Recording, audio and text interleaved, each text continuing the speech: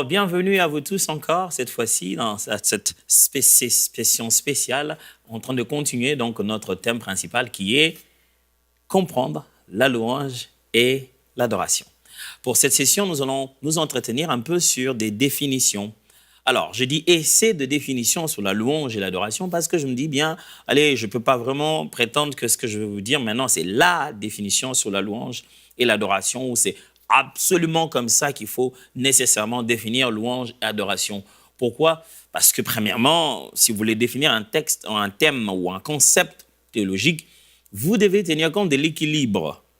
Un genre de paradoxe qui de temps en temps se crée dans la Bible, vous devez tenir de l'équilibre, tenir compte de cet équilibre-là. Par exemple, vous avez le mot repentance, par exemple. Vous trouvez repentance, vous dites, quand on dit repentance, c'est repentir, vous dites certainement, les hommes doivent se repentir. Mais vous êtes très choqués quand vous lisez Genèse chapitre 6, verset 6, par exemple, la Bible dit, Dieu se répand d'avoir créé l'homme. Oh, vous êtes perdus. Dieu se répand d'avoir, Dieu, il s'est repenti comment? Vous ne pouvez vraiment vous dire que vous comprenez bien le concept de repentance tel qu'il est exprimé dans la Bible, que si vous arrivez à être capable de comprendre ce paradoxe ou cette contradiction apparente qui apparaît lorsque vous devez bien juger de ce terme-là comme repentance, comme j'en ai donné ici l'exemple. Mais avant de commencer d'abord à donner des essais de définition, permettez-moi de vous dire qu'il existe ce que j'ai l'habitude d'appeler des mythes sur la définition de la louange et de l'adoration. Ça signifie que certaines fois, les gens exagèrent une chose sur la louange ou l'adoration, ou simplement ils réduisent ou ils font pas mention de certaines choses. Ce qu'on appelle un mythe, c'est simplement le fait d'avoir exagéré un fait ou d'avoir réduit certaines choses qui sont censées être dans le fait ou dans l'histoire et qui fait que finalement, l'histoire n'est plus ce qu'elle devait être. Quand j'étais plus jeune, je ne sais pas si ça vous est arrivé, si vos parents ils ont fait la même chose, mais quand j'étais plus jeune, mes parents me disaient « Allez, quand tu manges l'orange, n'avale pas les grains. Parce que si tu avales les grains, un arbre va pousser sur ta tête. » Je ne sais pas si les parents vous ont aussi dit la même chose. Bien sûr que c'est un mythe, c'est pas vrai. Ce qu'ils veulent nous dire, c'est simplement que voilà, il ne faut pas avaler les grains parce que vous pouvez les avaler de travers et ça peut peut-être causer un problème. C'est vrai qu'avaler les grains, d'une certaine manière, peut causer des problèmes. Mais voici le problème avec un mythe. Si vous vous dites, tiens, j'en ai marre d'aller à la boutique tout le temps acheter des oranges, j'en ai marre d'en cueillir, je vais rester chez moi à la maison, je vais trouver la formule, je vais rester là normal, je vais me faire pousser l'oranger sur la tête et je vais commencer à cueillir directement. Vous imaginez ce que vous allez faire? Vous allez commencer à avaler, avaler, avaler, avaler et encore avaler des grains d'orange. Mais la déception d'un mythe, c'est qu'il n'y aura pas d'arbre. C'est ça le mal. Quand vous définissez mal un concept biblique, vous n'avez pas le résultat prétendu ou bien exprimé dans la parole de Dieu. Parce que lorsqu'une chose est enseignée comme au temps de la Bible, vous avez les résultats du temps de la Bible. Et lorsque donc une vérité a été tronquée, a été mal présentée, les résultats ne suivent pas. Et il est possible que nous ayons ajouté des choses à la louange ou à l'adoration, ou bien peut-être retranché d'autres, qui font que maintenant, quand on définit la louange, ou bien quand on vit la louange, on a l'impression d'être en décalage avec ce qui est écrit. Il y a par exemple un mythe que j'aime appeler le mythe des styles musicaux. C'est-à-dire que les gens pensent que quand on dit louange, c'est un style de musique un peu plus vif, et quand on dit adoration, c'est un style de musique un peu plus lent. Du coup, quand on dit « Allez, lèvons-nous, nous allons louer !» et tout le monde va danser, eh bien, bien-aimés, maintenant, nous allons adorer et chacun va aller un peu plus lent. Ça n'a rien à voir avec ça, la louange et l'adoration. Ce n'est pas le style de musique d'abord, c'est le contenu que vous pouvez avoir dans cette musique-là. Je vous donne un exemple. Il y a un chant qu'on aime bien chanter, on chante « Alléluia ». Alléluia, Alléluia, Alléluia. Alors, un quiz rapide. C'est quoi ça? Une louange ou une adoration? Vous me direz adoration parce que c'est lent, c'est ça? Vous me direz certainement louange si vous avez compris que le mot Alléluia signifie « loué soit l'Éternel ». Voilà, c'est lent, mais ça parle de la louange. Donc, on ne peut pas vraiment se dire qu'une louange est un style de musique. et que c'est lent, c'est l'adoration, et que c'est rapide, et c'est de la louange. Non, c'est le contenu à l'intérieur qui détermine si le cantique est une louange ou pas. Et la louange et l'adoration n'ont encore rien à voir basiquement avec la musique. Louer et adorer Dieu, ce n'est pas encore chanter ni exprimer une quelconque forme de musique. Louer et adorer Dieu, c'est plus que ça. Alors, un autre mythe, par exemple, il y a ce qu'on appelle les mythes de la position. Il y a de ceux qui croient que lorsqu'on veut adorer Dieu, il faut absolument, nécessairement, être prosterné, visage contre terre, chaque fois qu'on le fait. C'est certainement parce que le mot louer, adorer plutôt veut dire se prosterner devant. Se prosterner devant. J'insiste. Alors j'ai une question pour vous. Quand vous vous prosternez, Dieu, il est devant, vous êtes sûr, ou il est à droite, ou il est derrière? Quand vous vous prosternez devant, c'est certainement devant intérieurement, n'est-ce pas, spirituellement. Mais ce mot était littéralement comme ça parce qu'il s'est prosterné devant l'autel ou devant la personne. Et Dieu dit dans le livre d'Ésaïe, « Ce peuple ne m'honore que des lèvres et son cœur est loin de moi. » Ce n'est pas d'abord la position physique qui compte. C'est d'abord l'attitude du cœur qui compte. Comme je l'ai dit dans l'une des autres sessions, ça ne sert à rien que d'être prosterné avec son corps et debout avec son cœur. Ça ne sert à rien qu'à d'avoir la position physique et non pas la position du cœur. Et donc, ceux qui pensent que l'adoration signifie nécessairement se prosterner, ils privent ce bonheur-là à ceux qui ont quelques handicaps corporels qui les empêchent de se prosterner. Ceux-là n'adoreront donc jamais un Dieu. Alors, il nous arrive comme ça, à force de vouloir vraiment définir, on réduit le sens de la définition d'un terme dans la Bible. Je vais encore rester dans cette idée. Prenez le concept prière. Quand on dit prier, les gens tout de suite ils se disent, bon, ça veut dire demander à Dieu. Or, la prière ne parle pas que de demander à Dieu. Il y a plusieurs formes de prière. Quand on parle de prier, on ne doit pas toujours s'imaginer être un quémandeur. Ce n'est pas ça. Alors, quand on veut définir très bien un terme, on doit tenir compte des éléments constitutifs. Alors, moi, dans les définitions que je vais vous proposer tout à l'heure, j'ai essayé de prendre des éléments constitutifs. Je n'ai pas pu tous les éléments chaque fois, mais j'insiste que ce ne sont que des essais de définition pour que vous puissiez voir quelles sont les choses qui doivent faire partie de ce qu'on veut appeler louange ou adoration. Si vous êtes prêts, on y va ensemble. Premier essai de définition, la louange est l'ensemble des différentes manières dont l'homme réagit face aux bienfaits de Dieu. OK. Ensemble de différentes manières dont l'homme réagit face aux bienfaits de Dieu.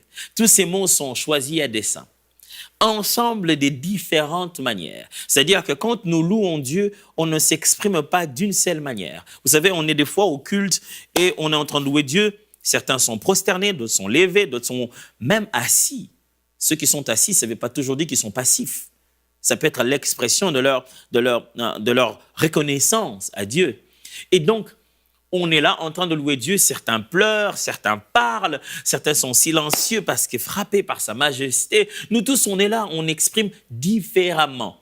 Pas seulement dans ce moment appelé moment de louange ou moment d'adoration, mais on apporte nos offrandes dans la maison du Seigneur, on donne nos dîmes ou quoi que ce soit. On fait des dons, des libéralités qui sont aussi l'expression de notre louange à Dieu. On s'exprime de plusieurs manières. Pourquoi? C'est face aux bienfaits de Dieu. Et ce n'est pas une action en soi seulement. C'est d'abord une réaction, c'est-à-dire l'ensemble des façons dont l'homme réagit. C'est-à-dire c'est Dieu qui a agi et l'homme a réagi. Dieu agit en faisant quoi? En se rassurant qu'avant même que nous puissions naître, il a rempli notre monde, notre univers, des raisons de voir et de reconnaître qu'il est Dieu. Et qu'il est puissant, et qu'il nous aime. Et nous, on trouve donc toutes ces bonnes choses, on trouve donc toutes ces grâces exprimées en notre faveur, et l'on réagit. Il nous a donné le souffle de vie, on est devenu conscient du souffle de vie, on l'a trouvé déjà. Il nous a donné des parents, on est né, on a des parents. Ça, c'est une bonne raison de s'exprimer. Quand vous regardez vos parents, vous voyez qui? Des sorciers, des emmerdeurs, des gens qui vous dérangent, ou vous voyez une raison de dire « Je te bénis, Seigneur, d'avoir des parents ». Quand vous regardez vos frères et sœurs, votre épouse, votre époux, votre pasteur à l'église, est-ce que vous voyez là une raison de dire « Seigneur, je te rends grâce » On doit rendre grâce, on doit louer, on doit s'exprimer devant Dieu de plusieurs manières en tenant compte de ce que lui a fait. Si donc la louange est une réaction, Dieu doit se rassurer que ses actions ont précédé notre conscience et continuent à nous maintenir dans notre conscience. Il y a une affirmation qui se trouve d'ailleurs à la page 74 de mon livre où je dis ceci, « On loue Dieu avec la mémoire, avec l'expérience et avec la promesse. » C'est-à-dire, on loue Dieu comme le psalmiste dit, « Mon âme loue l'Éternel et n'oublie aucun de ses bienfaits. » La louange n'est pas qu'un acte spirituel, c'est aussi un acte intellectuel. On fouille dans la mémoire les raisons de louer Dieu. Quand Dieu a fait une bonne chose pour nous, il l'a fait pour que ça reste dans notre tête. Et Dieu ne se fatigue jamais de nous entendre redire la même chose aussi longtemps que cela est vrai et que c'est lui. Avez-vous déjà entendu dire que Dieu a dit à tous ses anges autour de lui, « Allez les gars, vous ne pouvez pas changer de refrain là parce que tout le temps, Saint, Saint, Saint et l'Éternel, ça m'ennuie un peu. » Jamais il dit ça. Il n'est pas ennuyé qu'on dise Saint, Saint, Saint et l'Éternel parce qu'il est saint. Donc Dieu ne s'ennuie pas de nous entendre lui rappeler les choses qu'il a faites. Et c'est pour ça qu'on utilise notre mémoire pour se mettre à le louer. Mais aussi, on utilise notre expérience, le quotidien. Aujourd'hui, ce que Dieu a fait pour ce jour-ci. La Bible dit, chaque matin, il renouvelle ses bontés. Dieu se rassure qu'en ce jour, vous allez avoir une expression de son amour qui vous rappelle qu'il aime et qui vous pousse à le louer. Et aussi, Dieu, de fois, nous fait des promesses. Il ne l'a pas encore fait ce qu'il va faire. Il a juste dit qu'il le fera. Mais c'est amplement suffisant pour commencer déjà à le louer maintenant. Pourquoi? Parce que l'action de Dieu est dans sa parole. Quand Dieu parle, il a déjà retroussé les manches pour fonctionner. Quand Dieu parle, sa parole ne lui revient jamais sans avoir accompli son dessein. Quand Dieu dit une chose, le pouvoir de le faire est dans la parole. L'œuvre de Dieu est dans sa parole. Quand Dieu parle, il n'est pas passif, il est actif. Alors donc, quand il a parlé, sa promesse suffit pour déjà commencer à le louer. Donc Dieu, soit qu'il l'a fait, qu'il fait ou qu'il le fera, et dans tout ce trois temps que le verbe faire est conjugué, nous sommes obligés, appelés à le louer. À le louer, oui, à le louer simplement parce que donc nous sommes en train de réagir. Il a fait, il fait et il le fera. Et l'homme réagit de pourquoi? À cause de ses bienfaits. Quand on dit le mot bienfait, frères et sœurs, vous devez savoir que je ne dis pas les choses qui vous font rire ou qui vous donnent nécessairement la joie. Dieu peut bien faire pendant que ça nous énerve. Ah oui. Dieu peut bien faire pendant que ça nous complique. Dieu peut bien faire pendant que ça nous fait pleurer. Il peut bien faire pendant que ça nous fait mal. Il peut bien faire. C'est lui le potier. Quand il enlève toute la saleté qu'il y a dans la pâte, qu'il y a dans l'argile quand il y travaille, c'est pas toujours bien. C'est pas toujours bien d'entendre comment le ferrailleur est en train de frapper sur les fers et ainsi de suite pour préparer et donner la forme. C'est pas toujours beau à entendre quand on donne la forme à ce qui est dur. Mais quand Dieu travaille, ça nous fait rire de fois. De fois, ça nous fait pleurer. Mais ça s'appelle des bienfaits de l'Éternel. Et j'aime bien comment le Nouveau Testament en parle en disant « en toutes circonstances, rendez grâce à Dieu ».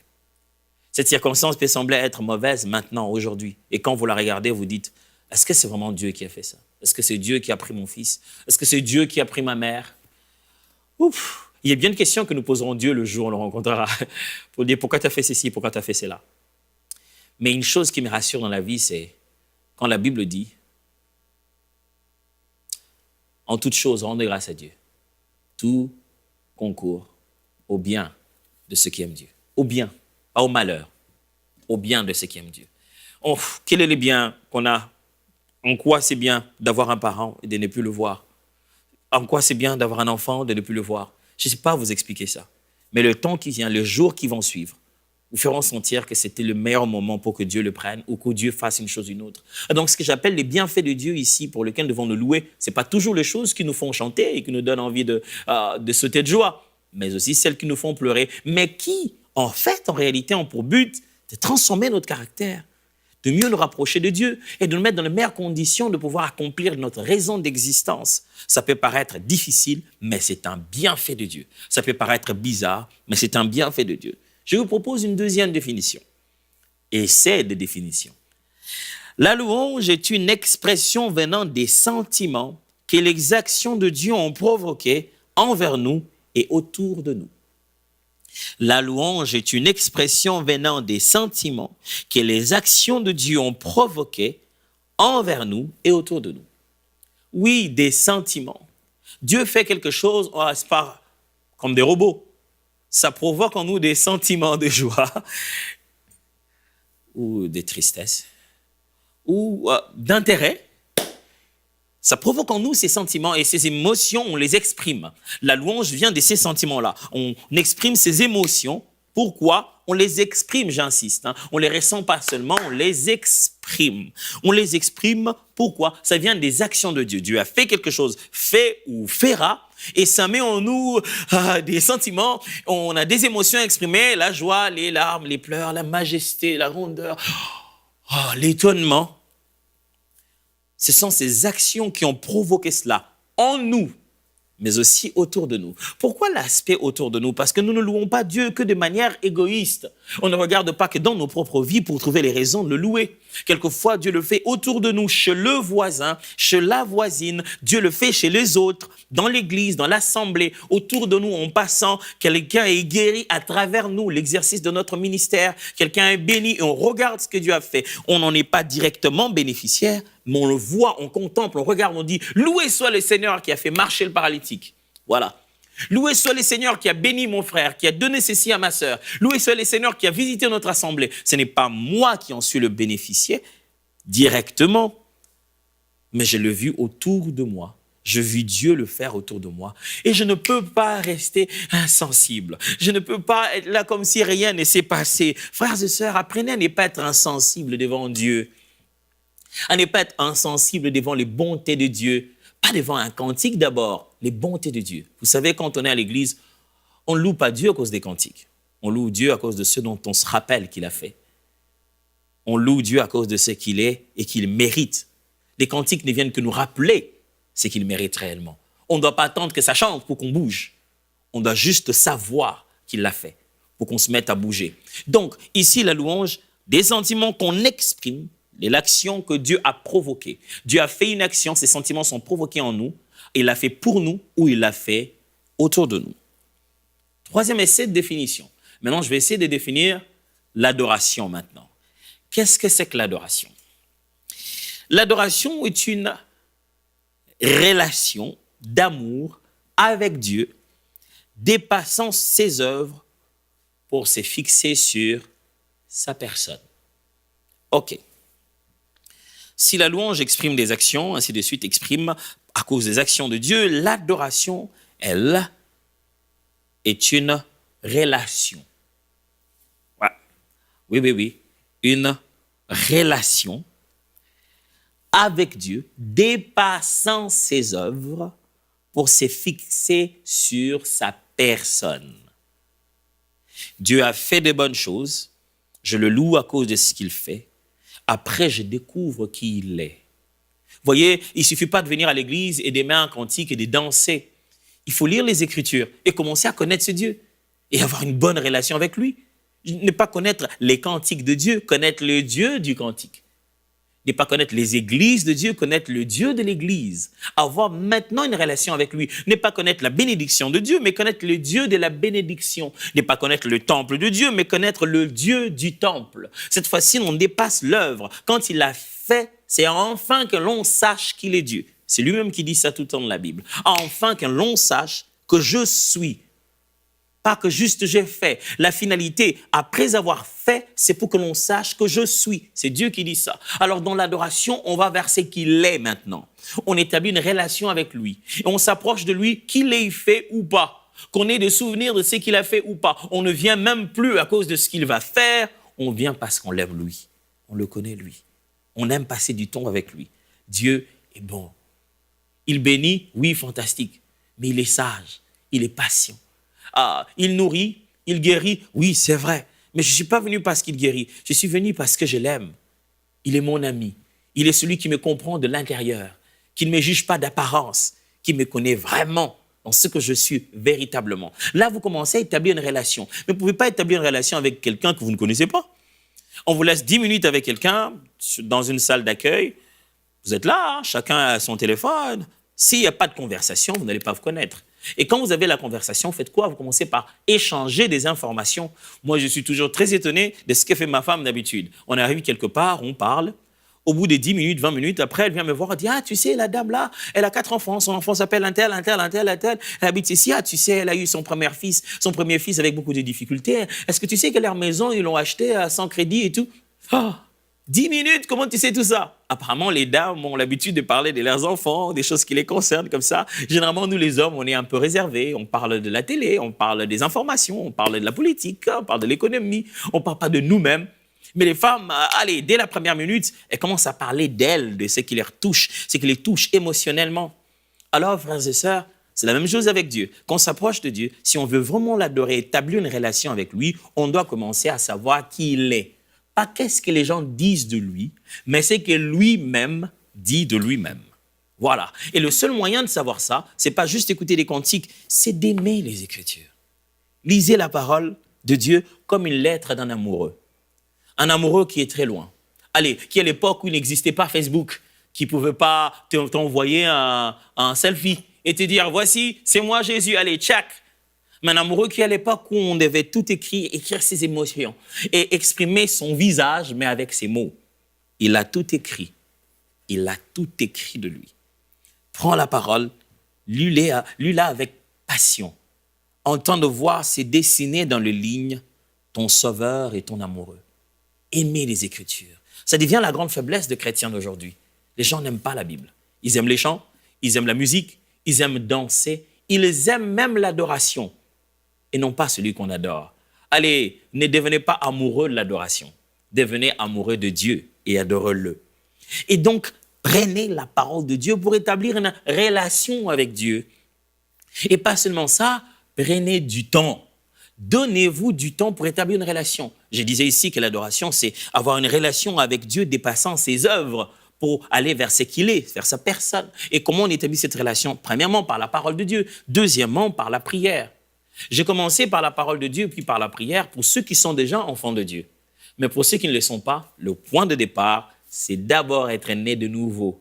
Si vous n'êtes pas né de nouveau, qui vous êtes pour Dieu? C'est quand vous êtes né de nouveau qu'il vous appelle enfant de Dieu. Selon qu'il est écrit à tous ceux qui l'ont reçu, à ceux qui croient en son nom, elle a donné le pouvoir de devenir enfant de Dieu. Enfant de Dieu, vous êtes alors, prenez la parole. Enfant de Dieu, vous êtes alors, aimez la prière. Oui, la prière personnelle.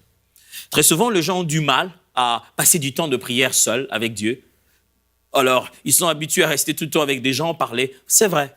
C'est vrai que c'est un peu difficile de tenir une longue conversation d'une heure du temps avec quelqu'un qu'on ne voit pas.